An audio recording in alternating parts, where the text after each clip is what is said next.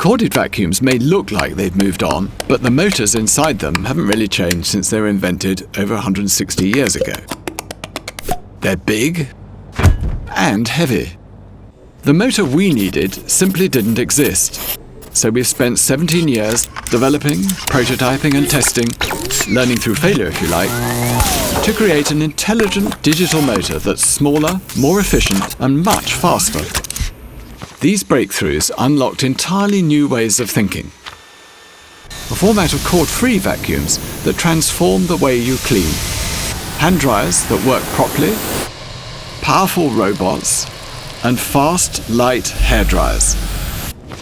But we have a kind of obsessive belief that whatever technology we invent can always be made to perform better still.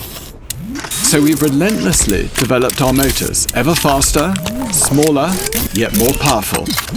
And now we have this, our fastest ever digital motor, at the heart of our pioneering V10 cord-free vacuum. A machine so powerful, I've stopped developing big vacuums with heavy motors.